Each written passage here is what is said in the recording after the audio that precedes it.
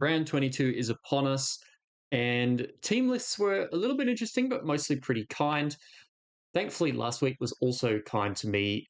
1,043 meant that I made back some ranks around rank of 1192. Score of 1,043 was pretty nice. And heading into this week, not too many issues, probably just the one that I might look at, but we'll get to that a bit later. What I want to do for this video is sort of show how I approach setting up my week from woe to go. And I'll point out along the way options as we run through team lists and as we run through the top owned players and things like that, so that you can appreciate each person in your sort of trade situation. So let's break it down into that. We're in round 22 now, so 3, 4, 5, 6, 7. There's 6 weeks left.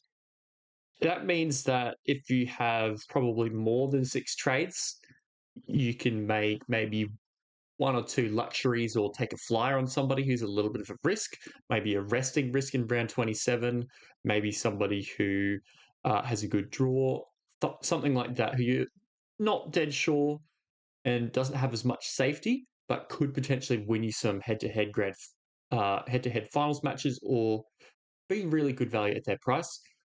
But if you're below that, if you're sort of 5-4 trades or even 3-2, it's really limited in what you should be looking to do, and you should probably be trying to solidify or at least pick guys who you're very convinced will be those consistent good scorers for the run home. So let's run through team lists and point out these guys who fit into those categories. So Josh Papali'i with Iongi out for a month to 6 weeks.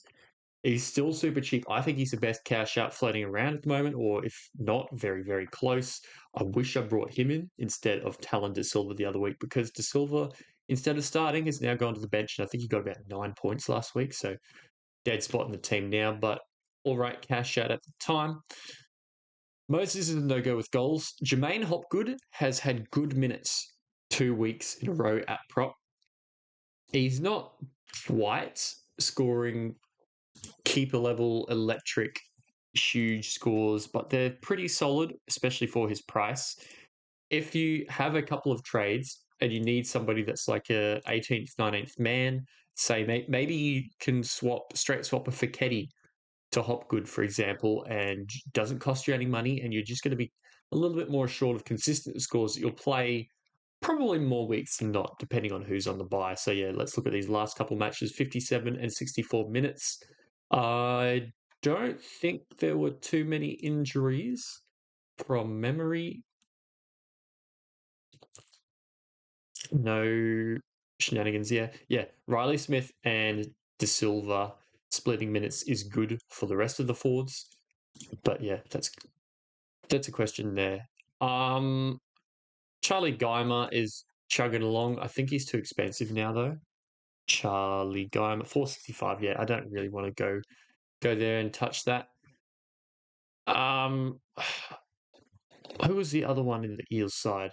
Lomax. So Zach Lomax is now the beneficiary of one Mitch Moses kicking game. There was a lovely, lovely try scored on the weekend off the back of a Moses kick. There could be a lot more of that. However, I did notice something a little bit unexpected with Lomax. I really thought that it would be big improvement with Moses in the team, but if you actually look at the scoring, Mitch Moses is actually scoring less with slightly more tries, and that's from mostly some offloads. Actually, let's just filter that to wing. Yeah, so a little bit more skewed, I guess, in smaller sample size. But look at those offloads. So tackle breaks go up, but so do missed tackles. Goals stay similar. Tries are vaguely similar. Run meters are like 1 point up.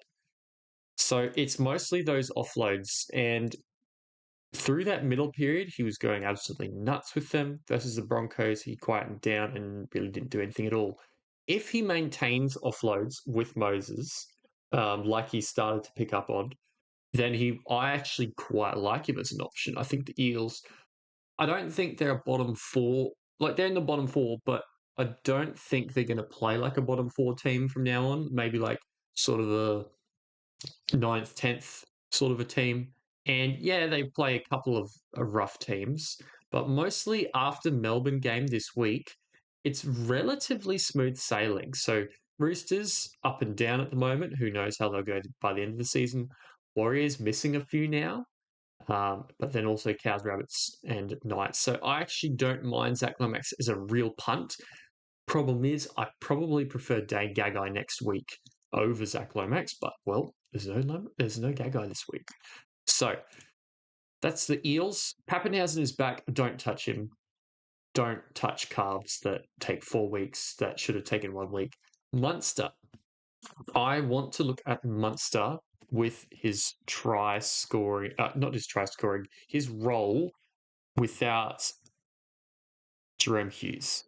So I would assume that it goes up because there'll be more kicking, more involvement. He'll be controlling the team a bit more. So with Hughes this year, averaged 49.3 without, okay, so 1 game. Not really a huge indicator. Last year when Jerome Hughes was Dally M, Jerome Hughes, okay, he had an injury game in there as well. So let's just filter that. Still a small sample size. So I guess we don't really see a load. He does kick a bit more though. And he does run a bit more. So odds on, he will score better. Is it enough? Is he worthy of that last half spot or maybe that third half spot? I don't know. I do think he'll have an uptick though. Where would I rate him to score? Maybe 53, average 54 type situation. But, I mean, probably most of us have a Jamal Fogarty or an Isaiah Katoa to sit next to Cleary. If you're somebody who went Hughes, maybe you can just switch him to Munster for a bit cheaper and go a little bit pod there, but not as necessary. Storm may rest players if they're short of their top 4, top 2 spot, though. So watch that space. We'll have to see how that goes. Eli Katoa is Eli Katoa. If you own him, you own him. If you don't, you don't. He's been good. He's been not so good. He's fine. What's he priced at now? Eli Katoa, 707. Yeah, that's too much compared to some of the other options floating around if you're actively looking for someone right now. Tamari Martin, he is cheap. And he's been... Him and Boyd were tearing up reserve grade before Metcalf and CHT went out. CHT, I think, is not super long term. But I think they were on like an 11-game win streak in Cup and Warriors top of the table. Tamari Martin is now there. I don't know the timeline on CHT, so let's look up the casualty ward for Chanel Harris Tavita. Okay, so it is a calf though, not long enough though. So probably notice Murray Martin. He'll score well for a week or two. He had insane try assist line breaks, this, that, and the other numbers in Cup, but it is Cup, so who knows? Okay, Clark. We should just call him Aaron Cramp because he keeps going off for like 10 minutes to go with cramps in his leg, and his minutes are kind of suffering a little bit because of it. Somebody who is very interesting to me, though, is one Jackson Ford, and that is because, well, you've got no Fisher Harris now for 2 to 4 weeks, I think, and no Mitch Barnett. Mitch Barnett means that Ford has had to pick up the slack minutes-wise a little bit. If we look before and after Barnett, it's right there, Mitch Barnett.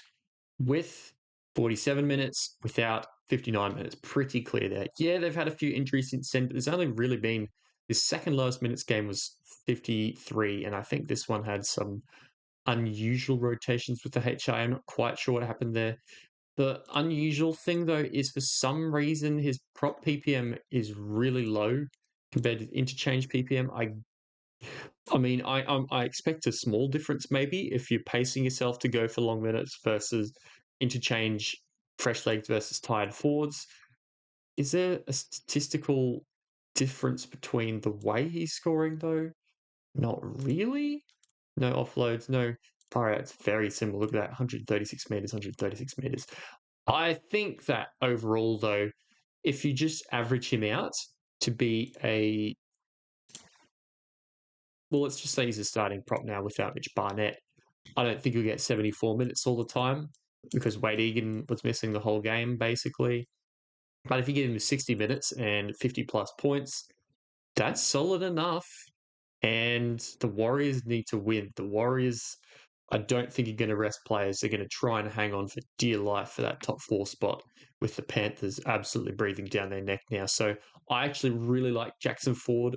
He is in heavy consideration for me to swap for Keddy for. I'll just have to see how that ends up going. Halasima, how good has he been recently? Don't think you can buy him in fantasy now. Just how expensive is he? Yeah, he's not really an option anymore, I'd say. But just, yeah, fantastic. Herbie's Herbie. Everybody should own him by now. Thankfully, I have. Not for long enough, though. Donahue's good. Do you sell him eventually? Do you upgrade him? I don't think you need to. He's a great sort of 16, 17, 18th man. That's about it for me there. Roast away if I miss anyone really important, but yeah, we'll go with that. Xavier Willison did come to mind a few weeks ago. I don't think it didn't. It did come to mind when Haas was sort of out and having a few back issues, and now that he's starting, I expect he's doing a bit more. But it's now that Haas is there, yeah, he's going to do a little bit more than he usually does. Now that he's starting, but it's still not. Yeah, he's priced himself out of that with a couple of those big games there. Anyway, not really looking to do that unless he was getting those minutes. I just couldn't remember. Carrigan is still a good option. He had a bit of a low PPM game versus the Eels. They were throwing it around a little bit. So, yeah, 68 and 70 minutes, 68 with Haas and everybody as well, I think is very, very important. And I think that if you're playing 70 minutes a game at lock, I think you have to score at least 50 points. And he's been averaging 55 for the whole year. That just, if you take that month where he went 70 or so minutes, he averaged like over 60. So I think that I think you can get mid 50s out of him at least. I still think he is a good option and he's quite low owned. Everybody seemed to jump to Yo instantly. And I mean, he is the other guy who I would heavily recommend. Yo is just good. And he revs up towards the back end of the year. I think there's like a 5 or 10 point difference from starting the year versus finishing the year with Yo before and after Origin. It's really weird, but I will take that all the way to the bank. So maybe Yo over Carrigan, but if you've got Yo and you need somebody, Carrigan is good as well. Carrigan versus Ford. For safety, I'd probably go Carrigan, but if you need some difference, I think Jackson Ford is a really strong option anyway. Okay.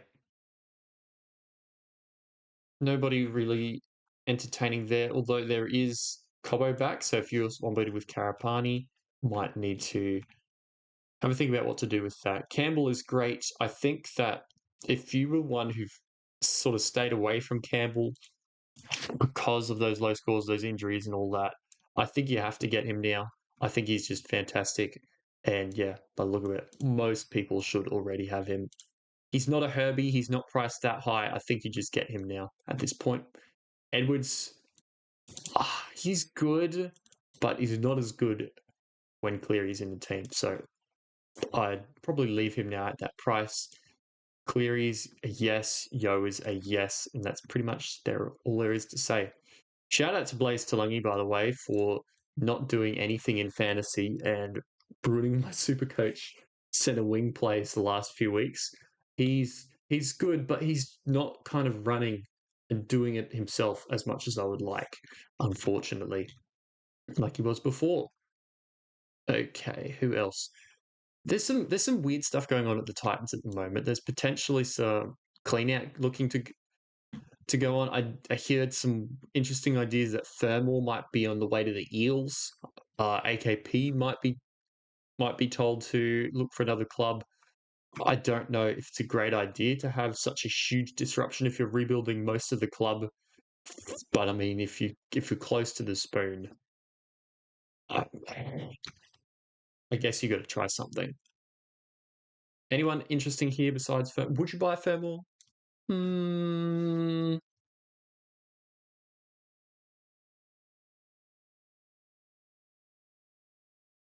I mean, yeah, but he's not exciting considering the last few weeks. I mean, very consistent up until that point, but yeah, just watch. Maybe just watch that. If he hits another 50, he's probably one to jump on. Right, into some more interesting teams now. Let's push through these so we don't just go team lists because we've already looked at that for a while and they've been out for a day or two. Fogarty's great. I think he's very low owned compared to what I thought he would be. So Fogarty is only about 30%, 40. Oh, he's gone up a little bit. So less than half of the top teams own him, though, which is a little surprising. He's been putting up some very consistent, good numbers. Hosking, I think, is a huge watch with the Sungy bench and Matty Nicholson looking to return after the Raiders bye. Here is the big options because the Raiders are top of the table. They are out of most teams the most likely to rest because at this point they haven't got top two sewn up, but they're kind of close to having it sewn up. And they also have a bye. So if they rest round 27 and they have their bye, that is catastrophic for any bring-ins that you have. So maybe it's not such a good idea to bring in Fogarty at this point. If you own him, great, but maybe watch out. Any of these guys, Jed Stewart, he's a cash out, you don't care. He just sits down there and you play him if you have to. Tarpanay, though, like we've been optimistic about his minutes, but it's just not really happening. And Corey Horsburgh's sort of taking more. Let's actually look at that share. So I probably would look, if you're somebody with a lot of trades, as in 7 or more, I would consider selling. Yeah, wow, no 50s in a month. No 50s since round 16. That is a little bit concerning. 47, 49 minutes. Yeah, I think it's time for him to go, unfortunately. He's lost a bit of money, but I mean, if he's not going to score your 50s and Aaron Clark, not Aaron Clark, Jackson Ford can score that instead. Carrigan's only 40k more expensive. Yo's less than 100k more expensive. I think they're probably better than Tarpanay at this point. Unfortunately, but yeah, you would need a few trades to do it. Cook, uh, those who bought Cook like I did during the mid-season, hoping that he'd get 65 minutes consistently, and it's really pushing the low end of that. It's not great. Look, it's not great viewing. He was good during the period that he was needed, and then I think you can look to go for a Watson at this point or a Grant. Oh, I missed Grant, didn't I? Have we gone through the Storm game? Am I just tripping? Yeah, Harry Grant. I did miss that. That's crazy. So if there's any Grant roasters in the comments, yeah, Grant is one that may pick up a lot with Hughes out. And I think that he is a strong option if Aaron Clark does go down, especially. And he is a pod. He is quite low owned. I think there'll be a couple of people buying him this week. Let's look at no Hughes. In the games with no Hughes, only one game this year, 52, 54. Not a lot of material difference with the kicking and the running, though. Like I might have thought. I guess it was kind of just last week they absolutely needed him because the whole first grade spine was out apart from him when Jerome Hughes went off injured. So, look, Grant may be good, and he's looked very good the last few weeks footy wise, so maybe he is still a go. Okay, so the one that I do want to touch on is Hudson Young. He is the guy who I think you should bring in if you want pure points and you have a lot of cash to splash and you've got a couple of trades. Because there are risks. There are risks. the risks are that you miss 2 games from him out of these last 6 weeks.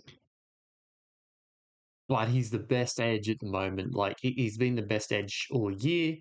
Other than that 31, his lowest score has been a 45 this year. He has scored so many 60s, 70s, and he's the guy who can win you the head-to-head finals. He's the guy that can just drive home all of these points. But if he misses 2 games, it is pretty hammer blow to how good his prospects may be. 1 week is bearable for sure. I would only do it if you've got a couple of trades, but he's come down in price a fair bit the last few weeks, and he's now manageable compared to where he was before. So Hudson Young is, yeah, everyone knows Hudson Young is one of the top options. I just think you need a few trades to get him. Well, hey, what's up with Teddy, though, and the Roosters? So poor old Tedesco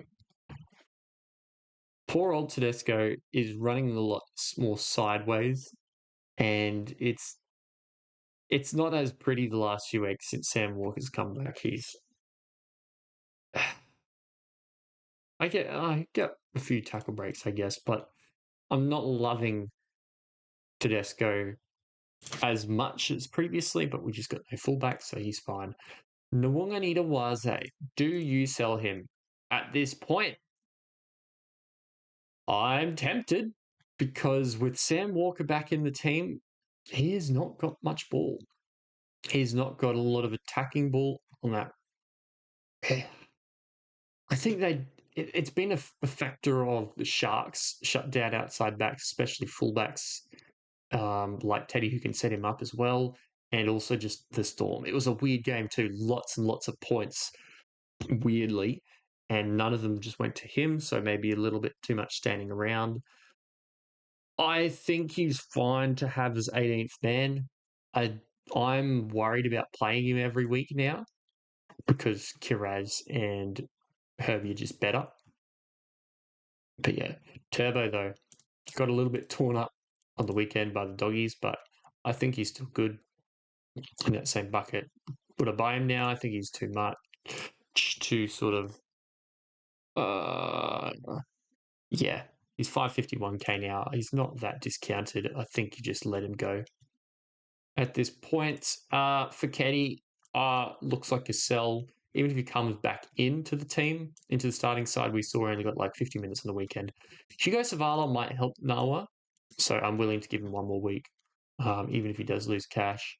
And I mean, a lot of us are just gonna have to hold anyway. So that's all there is to that. Olukwadu out, Dwellell in, not a huge amount of fantasy relevance for that other game. Lockie Galvin and Matt Burton, though. That was a really, really good game by the Bulldogs. I'd nearly written them off. I had like all but put a red line through them with all this disruption, but it came to a quite sudden end with a big win over the Seagulls, and it was great. Fantastic performance. I'm a little bit embarrassed that I tipped the Seagulls and that they lost by that much, but well done to the Bulldogs. Lockie Galvin, though, I think is one of the purchases of the week. He is fairly cheap now, sub 500k. And yeah, relatively low ownership. He's kicking a bit, he's running a lot, he's making a fair few tackles, he's involved. I think he can hit you around that 50 average for cheap, and he's a fantastic 18th, 17th, even just a bench guy. I think he's really good. Maybe I get Keddy to him instead of. Maybe we go for Keddy to him instead of to Ford or something like that, actually. Matt Burton, though, what a huge game. What a great game. I don't think it translated as much to fantasy as it did in Supercoach, but that was a very good performance by Matty Burton. And 237 run meters. I don't think I've seen Matt Burton do that ever. Anything like that. That's crazy. But yeah, huge game from him. He wasn't sort of last pass for everything, but he was playing really, really well. And if the Bulldogs are going to play that well, I mean, he's solid. Unfortunately, does lose goals. No, actually, I take that back. He's lost goals. That's probably enough to put me off him, unfortunately. Okay, Preston and Kickow exist. You can do it, but I think there's other options that are floating around that I prefer, like Hudson Young, even Angus Crichton. I think he's still cheaper than them. But yeah, okay. Really got to push through this last few. Didn't like the way that the Sharks moved last week. Rabbitohs put up a good fight. Yeah. I was really wanting Brayley and Hines to do more, even though I don't own them in fantasy. Didn't work out. Scotty Drinkwater is saved, though, because Clifford is back. That is great for him and great for the Cowboys in general. The Sharks will still win this, I reckon, but Cowboys will look a little bit better at the end of the year, I reckon. What a great name. I think it's also Emali uh, Bitungane, something like that. And he's apparently Tanzanian born, lived in Australia since like 2007. So keen to see him debut. Apparently he's a real goer. That's about it, though, for the team lists. Too much team lists, I will admit, but there was a few guys in there who you can sort of just see that are popping up, but there's at this stage of the year, you really want them to be solid. So in conclusion, I now will look at that and I will apply this to my own team. I've moved them around, but I've made no trades yet. Happy to play all these guys straight up. I either have to play Fiketti or Fainu looping, and Fiketti's benched. I've got 5 trades left and a lot of money. So that just seems a real freebie at the moment.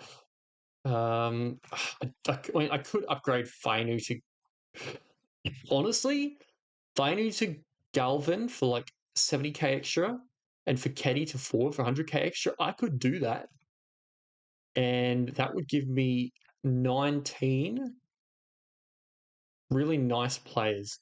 Fanua Blake's playing injured, though, I reckon. He's just it's not been there. He's had a cork, but not super fun, not super enthused. Okay. So Fiketti at this stage is Ford, Galvin, maybe Hopgood. Who do I have though for halves and backline backup? Almost nobody. It's sort of Nawa. And yeah, then Fainu's my half. Do I really want to play Fainu as a starting half? Campbell can probably go up there, and I have to play Nawa.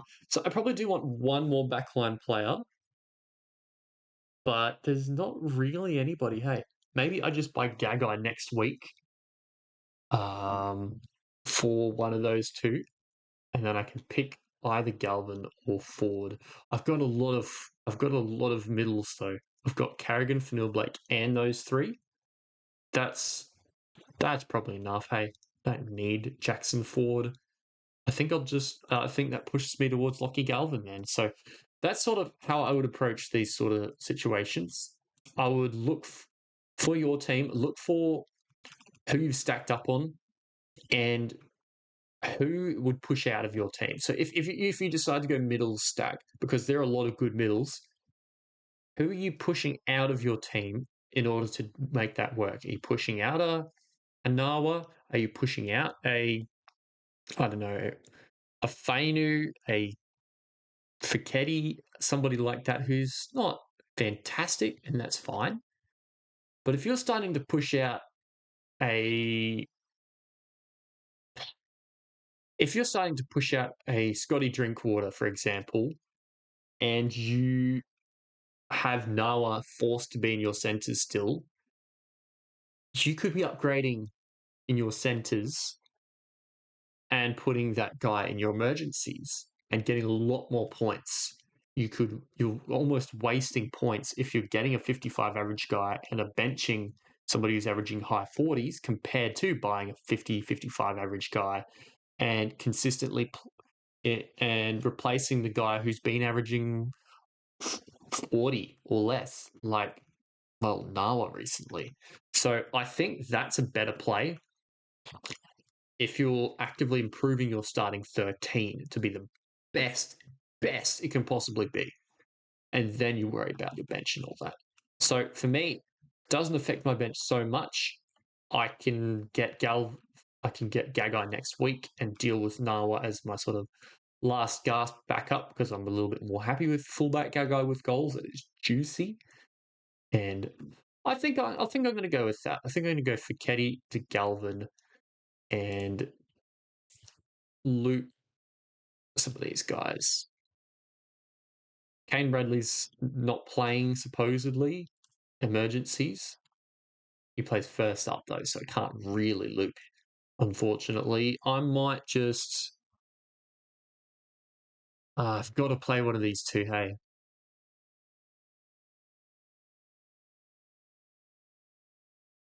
Well, what if I fake loop him? Is there a way to fake loop them? If I make, if I push Bradley up and he doesn't play for sure,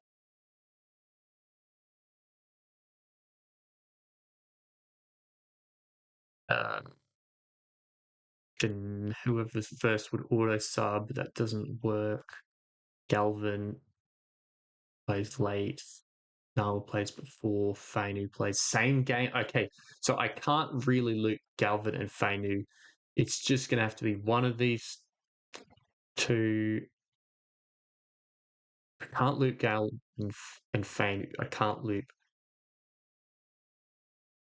Nawa and Galvin because Fainu will be forced to play. So that means I should play Lockie Galvin, which is probably better, to be honest, to straight play and then loop Nawa to catch a boom score or a bust score. But yeah. It's a little bit scary to rely on Fainu, but I mean, if Nawa scores a 40, I'll probably be taking that over Fainu at the moment. Okay, that's my team. I think I'm pretty happy with that at this stage. That gives me Nawa slash Galvin as 18th man. 19th man's Fainu. I might look to fix that next week if I have the cash. 233k, that should be plenty to go for that. How much is Gagai? Gagai is 608k. 414, 233. That is 647. So he would need to drop an absolute. You'd need to score like 0 in order for that trade not to work. But also, green dots. How many can you actually trade out at this stage? 4 trades left for, well, 6 more weeks. Well, 5 more weeks before it has to actually. I don't know. Enough weeks. Less trades than there are weeks left. That's my situation. I'm happy with that. No Hudson Young for me. Don't have the trades for it. Doesn't work for me. And I'm happy to let that go through to the keeper. Anyway, that's fantasy for the week. Quick update on the Podcasters League. It's going quite well. Actually, yeah, we'll look at this. And I mean, I'm going okay. Had a really good week, and some people had an even better week all around me and pushed up ahead. Mitch is going up really well. 1,066 last week. Some good scores by the Echo Chamber boys. 1,037, 47 for both Ham and Rudely, and 1,034 for Jay-Z. Still in first. Nick, though, is starting to make a bit of a push. 1,034 himself. Jamie is in 7th. And 734, he is keeping that top 1,000 alive and well into pushing for top 500. So good luck to Jamie. Good luck to Jay-Z. We'll check in on them later on. But yeah, I wanted to shout this out as well. Look at this. Look at this. 13th after just falling short a couple of years ago. Do you remember how he was like first for 2.5 months straight and then fell in the last week of the year because there was so many restings? We all played like 10 players. And then last year's guy who was first in the week before the end of the year is also top 20.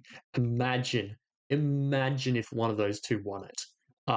Redemption story of the century would be great. But my tip is this bloke, Yeehaw. You know why?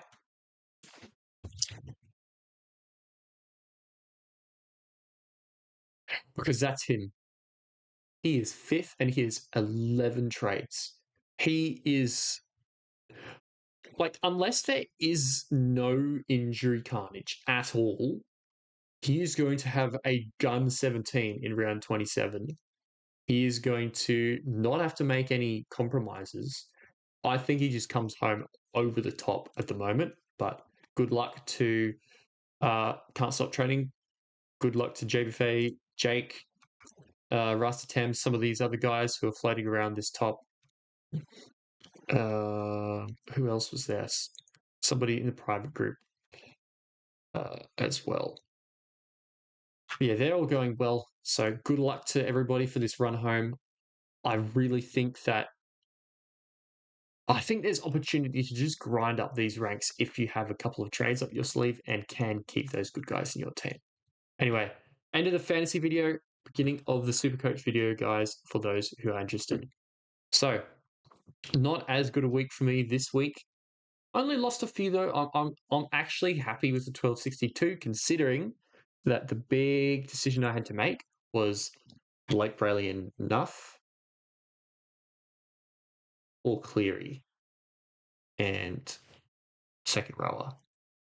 Unfortunately, I lost 90 points from Cleary versus Hughes, and at least it makes the question nice and clear for Hines versus Hughes as a sell to him. It's just Hughes now. And it gave me a little bit more information on who I should buy at second row. Carrigan versus Yo. I still think they're both pretty good, but for Yo to get 80 and the Panthers not being as likely to rest, look, they still may rest.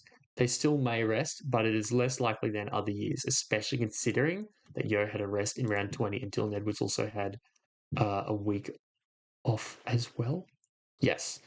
So I think they're going to be primed for a run into this finals run. So I now have my team done. Like I'm not playing around with it anymore. 4 trades left for this run home. My depth is good. I have 23 really solid players, except for the fact that one is now dropped. So 22 solid players. McInnes being probably the weakest of them. And I mean, he's averaging 50. If all of my players get injured, I will still shrug my shoulders and play a 50-pointer or a 60-pointer from McInnes. If everybody's injured, that means probably Brayley or Watson is injured. And everybody will be playing him or Harry Grant or something anyway. So maybe that's bad for me, Harry Grant. I hope people will jump into him, but I don't know. Now, look, this is my big decision. Do I play one of these two or do I play Connor Watson? Because Watson is being nice and consistent, just not fantastic, but pretty okay recently. I guess I'm biased with fantasy scores though, because it's look. Actually, you know what? I take that back. I actually fully take that back. I thought he'd scored a 60 or a 70 in there. I might confirm bench Watson then. No, man, what you doing? Losing all your money and all your points. 2 tons. Everybody bought him. Thankfully, I bought him for one of those tons. But I mean, 3 matches now without a 50. Sam Walker and him don't look to be greatest of friends. Daniel Tupou is Sam Walker's best friend. But with Savala, will it change?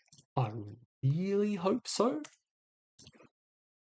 Because it's going to be an expensive decision to get rid of him, considering how much money he's lost if it has to be done next week. So, question is, do I play the highly owned guy or do I play Blaze Talangi, who's been underwhelming? That is... Look, surely Blaze has to fire in one of these games, right? All 3 of these games so far, he's kind of not. He's done something each game to get to a 50.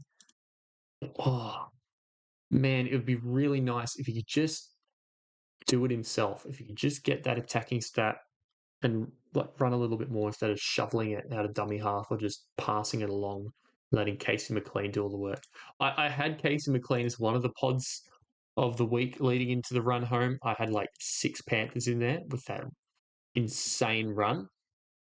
And Casey McLean has been the pick. I genuinely didn't think it would be him. I wanted him, but I logicked myself out of it because he's not the winger try scoring and he's not the half setting them up. But as we found out, you don't have to be. And he is, in fact, both of them at the same time. 2 try assists and 3 tries, and 2 more try contributions in those last 3 weeks. And that is about 80 more points than Blaze Talangi at the same period of time. Might even be more, 77, 2020, nearly 100 to be honest. So I'm a little sad I didn't go with him because I was looking at one of those Panthers and I just picked the wrong one. But yeah, now I will leave off with how to find your last player, or how I would look to find your last couple of players. Now, for purposes of like the most interesting, most important players, I will filter top 1%. So even if you're not top 1%, that's fine. These are sort of the players that a lot of the strong teams are targeting. About the top 1,500, 2,000, yeah, you go, 1,736 players. So at this stage, let's just go back in here. You should have, in an ideal world, Haas and May is your starting props. You should have Hudson Young, Eli Katoa. You should have Cleary Hines. You should have Campbell Munster or Campbell Galvin or you should have at least one of those two, possibly two. You should have the big three, if not four of these four, plus some nice matchup guys. And Drinky, Eddie, Teddy are the three fullbacks to go for. So with no Trell, no some of those other guys, they're just probably the best.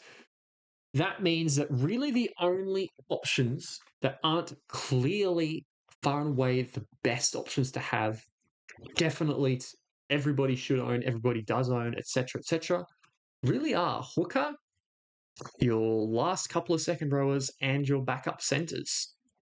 So, unless you're somebody with like a Matt Burton or a Galvin there, that's a little bit pod, which is fine. Really, what you're looking to do now is get the pick of who the good centre wings and the second row options are. I think Blake Brayley, I mean, you don't buy him now.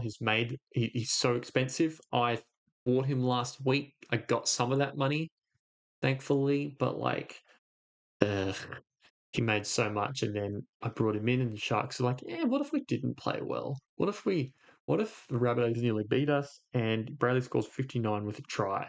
Ugh. Well, at least it was good that he got some attacking points, but I'd really like to see better signs from that. So anyway, let's go into those players now. Let's have a look at that situation. So if we go into the top 1% of teams, if we look at hooker, it's very split. Very, very split. So 58 versus 42 bench. That means probably only about 40% are actually playing him of the top 1%. I mean, I'm one of the players that owns him and isn't playing him at the moment, so that's fair. So Watson, Grant, and Brayley all look very, very similarly owned. Very similarly owned and played. And that's that's the pod, not the pod option, I would say, but the non one and only option. There are 3 options. And if you have the correct one, that will get you points. Grant, I think, is a very, very strong option now over Connor Watson, given that there's no Hughes for a while. I think he will do more. So I'm not surprised that he is 15% brought in so far. I would buy Harry over these two at the moment. Do you need Harry? If you've got one of these two, no. But he might be a little bit painful not to own. So Harry's good. I think you need one of those 3 at least. And I have McInnes as backup because I just had all these other injuries to sell. And I mean, if I absolutely have to, he's like a break glass in a case of emergency second rower as well. So that's hooker.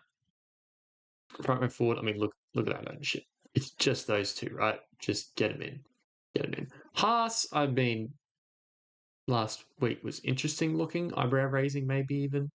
But yeah, just kind of the rest aren't so good. AFB's broken, Tarpanay's not minutes. That's about it. So Eli Katoa is like 1 billion% owned. Hudson Young is relatively well owned. Kikau's well owned. Clark's well owned. But it's mostly Eli Katoa plus 3 of these guys in the top 10. So Preston, Hoskin, Clark, Young, Kikau, Watson, I suppose, but not really. And Tino's injured. So who should you be targeting out of that? I think you should be getting Hudson Young. We saw last week that he nearly hit a ton. He lost that last line break assist in updates. But again, that draw thing. If you haven't got him already, his price coming down is really nice.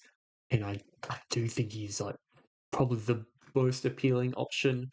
He is very highly brought in, the most highly brought in second rower. Yo, I will now touch on. I think out of these guys, I would say Kickout is good. Preston is like he's there, but I think Kickout is just better at the moment. Clark, I don't like with the cramps. Hosking maybe a sell soon. So you might be wanting an Angus Crichton who still hasn't hit the heights yet, but he's got the pedigree. Britton Nickera with the Sharks draw, big option. Cheap too. So I actually really like him. Problem is he's got a 30 in him as well. He's got a low score in him with not as much base as some of these. Fermor, he's fine, but I think you're going ceiling at this point of the year. So unless you think Titans are going to put some more points on teams, I don't like it so much. Horse is kind of, oh no, not tracking along as much. But I think that Yo showed that he is, if not the clear discount option, he's one of the best for sure. 83, again, as I mentioned in the fantasy section, lower risk of resting than previous years. And to be honest, having Isaiah Yo at 545k when he can average you 70 for the run home, I think he looks like he's going to do it easily if he plays like that. At that low ownership, if people are missing trades and aren't focusing on second rowers because, well, they boil all these guys away, Nicole Matungi and everybody got injured the other week, I reckon he's a really big option. I mean, everybody brought him in fantasy. So many people brought him. How many people did buy last week? Because like the price, the ownership went from like sub 20% to like so high. Yeah, look at that, 80%. So I think about 550 of the top 1,000 bought him. And in Supercoach, because tries and attack are worth so much, he's kind of not as much recognized. But last year and previous years, he's been right up tip top, 74 average, 8th overall season, and I think kind of won it just about the best second rower. Just buy him. I really like Isaiah Yo, and I'm happy to buy him for myself. Paddy Carrigan is another one. He's probably the only one who I would say can combat Yo at a similar price. I don't think you can beat him, but look what he has. If you've got Tino sitting up at front row forward or second row or whatever, actually, no, let's just say you put Tino up at front row forward to shove him out of the way so you got second rowers. You can move him around when he comes back. When you've got Patrick Carrigan, you can do whatever you like, buys, injuries, 1 week suspensions. It makes it very nice and flexible. And, well, again, Paddy Carrigan just got another game of about 70 minutes. So going off the rest of the year, endless 70s when you get that situation. So is he necessarily worse than Yo? No. I reckon there's a solid chance he can take Yo on. I don't think he'll beat him. That duel is very nice. I'm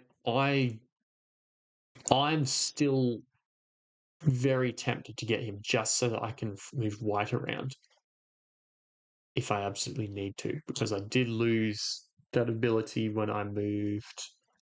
Who did I move? Oh, I sold Tino, of course, and I had to move Miles Martin up there. Anyway, but yeah, I think Yo and Carrigan are those guys who can be your fourth second rower. You can play a good few weeks, or even your third second rower you can play. why am I clicking on so many things? And then the last position, the most interesting position, the one that everybody wants to get all the ceiling scores for, we will finish off with centre wing. Now, I say the big four, as I said before, because they just are the best. All over 90% owned. If we actually let's take it out of this, let's just show the summaries. If we go 5 round average, 3 of them are there, and Garrick's not far off. If we go 3 round average, they're still mostly there. Garrick is the one that's still a bit lower. If we go overall average, Garrick is still close. And Iro, Lucas, Holmes, and Sharp are all injured. So technically, yes, he is the fourth best option. There goes buy injured.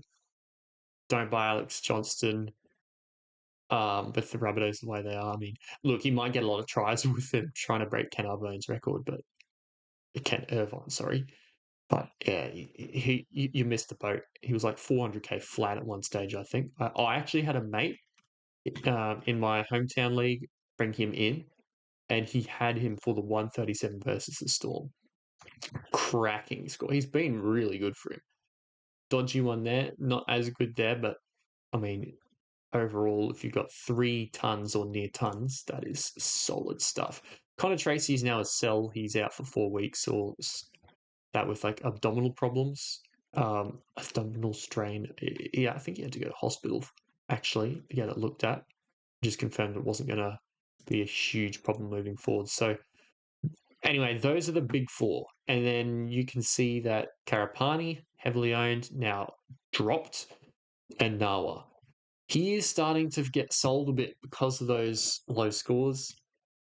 I still think unless you got like 6 trades left or 7 trades left, he's probably a hold and just play on matchup, especially if there's any signs of life with Savala back in the team.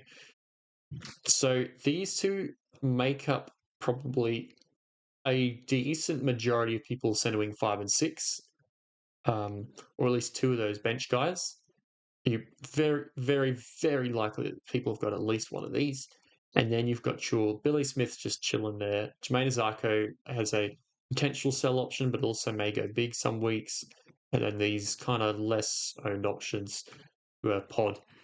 The pod guys that I do like, Dan Gagai, as I mentioned, I think people aren't going to get on him as much as they should.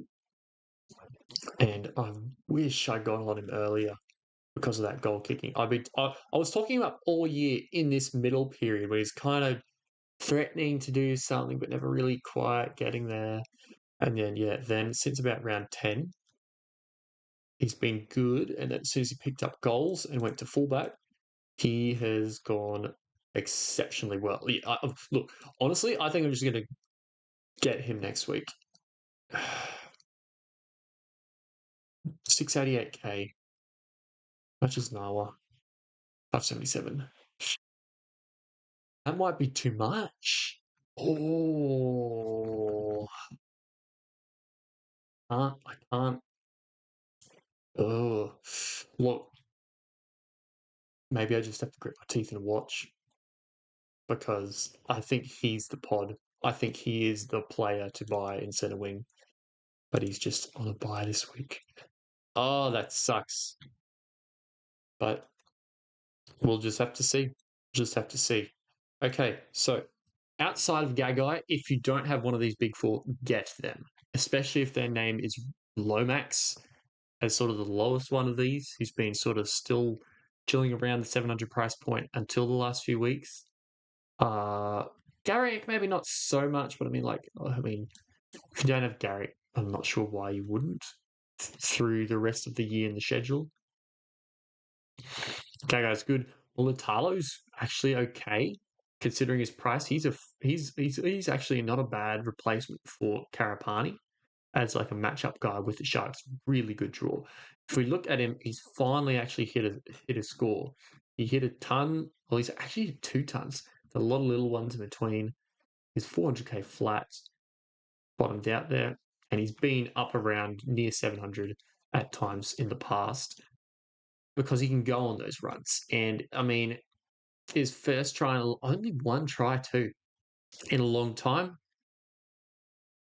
Look at that run home. Bulldogs might be resting as well. If the Bulldogs are resting, that is 5 great matchups. I actually really like Mulatalo. So Gaga, Mulatalo, some of my best preferred guys. Roger, okay. Warriors draw is good, but I mean, some of the troops are back. I don't think it's as necessary now. Tom Jenkins, I mean, he exists. I think you've missed half the Panthers run now. And if you're going to buy a Panthers outside back or a Panthers guy who isn't Nathan Cleary or Dylan Edwards, I mean, I'd also almost go McLean. Hey, like he's just looked really good at being that link guy and setting up those last couple, doing a little bit of work, so getting all those assists. 631k is a lot though, so I don't know, maybe not. That's about it. Actually, there is somebody. Shout out to who was it? Was it Supercoach Playbook? Or was it? Might have been Supercoach Ballers. We're talking about Braden Burns. I was like, why are you talking about Braden Burns? And then I realised, from a fantasy perspective, you may remember Braden Burns is the original offload spam hamstring guy. He has as many hamstring problems and lower leg issues as Nathan Cleary and Mitchell Moses and Tommy Turbo. He's pretty bad for them, unfortunately. So hopefully he can actually have a good run because he's been pretty unlucky with injuries. He is a great base plus power guy. He has lots of tackle breaks. He has, wow, actually not as many offloads as I thought this year, but yeah, he's got a good, yeah, mostly just tackle breaks. I really thought he'd tackle break more. Either way, Cowboys still have a pretty good draw home. I think Murray Taulagi's hamstring is keeping him out for a while. Let's just confirm that actually. North Queensland Cowboys and 25. Probably not then. I thought it might have been closer to the end of the year. And if it was the end of the year, maybe they would have just let him go and had a rest. Stephen Crichton, does he become more interesting with no Connor Tracy? Does he do more? I don't know. Maybe not. I think, well, Karaz is going fullback. Let's see if. I think he should play there, given that they named the rookie winger. They're not going to move that around to centre or anything like that, I think. Unless Karaz goes centre and Crit a fullback. Nah. I still think Stephen Crichton is an okay pod, considering his goal kicking. I mean, he's looked pretty consistent, especially with those two big ones. Apart from that 20 versus the not the Bulldogs, the Roosters. So he's fine. I don't mind him, but I think there's other better options. So, in conclusion, the Scoop Ramble has gone on for long enough. I think the best buys this week for second row forwards that if you don't have them, you should seriously consider them. Potentially in the center wing, that could look like get one of the big four if you don't. Just get them. Maybe not Herbie if you don't have them, just because it's so expensive and might take 2 or 3 trades. This stage of the year, that's pretty precious. Cleary, just get him. I didn't even talk about him, just assume you just get him. Get him. Just do it. Just do it. You need him. Anyway, second row forwards, your cheap options that I really like, I'd rank them Yo, then Carrigan, then Nikora. Nikora and Carrigan are pretty close. For centre wing, I like not Gagai this week, but Gagai like number 0 next week. He's that good. I love him. I love that. For the rest of them, what options are there floating out of my head now? I don't mind Mulatalo as like a basement play on 1 or 2 matchups kind of guy. And I can't even remember the last one. It's crazy. But yeah, there's probably only a couple. Maybe you're going to use a trade on Cleary. Maybe you're going to use a trade on some of these second rowers. I like Yo a lot. I like Cleary. I mean, you just get him. Look at that. Everybody's getting him. You need to, or you're going to get left behind. Grant also, I don't mind at all. I think he is really solid. And Yeah. Jaden Campbell, I guess, if you need a 5/8, uh, he's just so cheap and he's very, very good. A lot of people have been going Galvin um, lately if you need one instead of him to sort of combat him. And that's fine. That's pretty good. But I mean, we just saw why we've held on to Campbell for so long. So yeah, basement cash out. Fine. Didn't.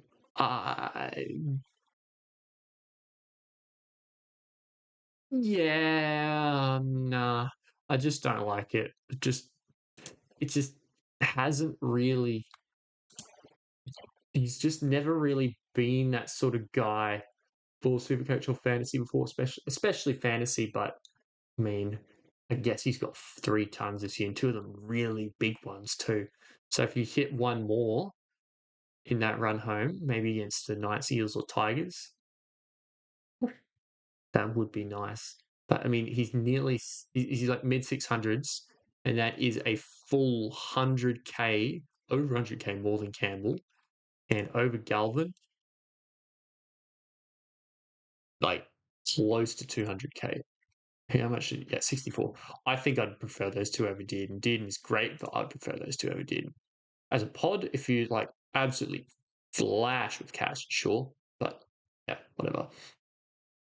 All right, that's been done for this week. Rambled on long enough.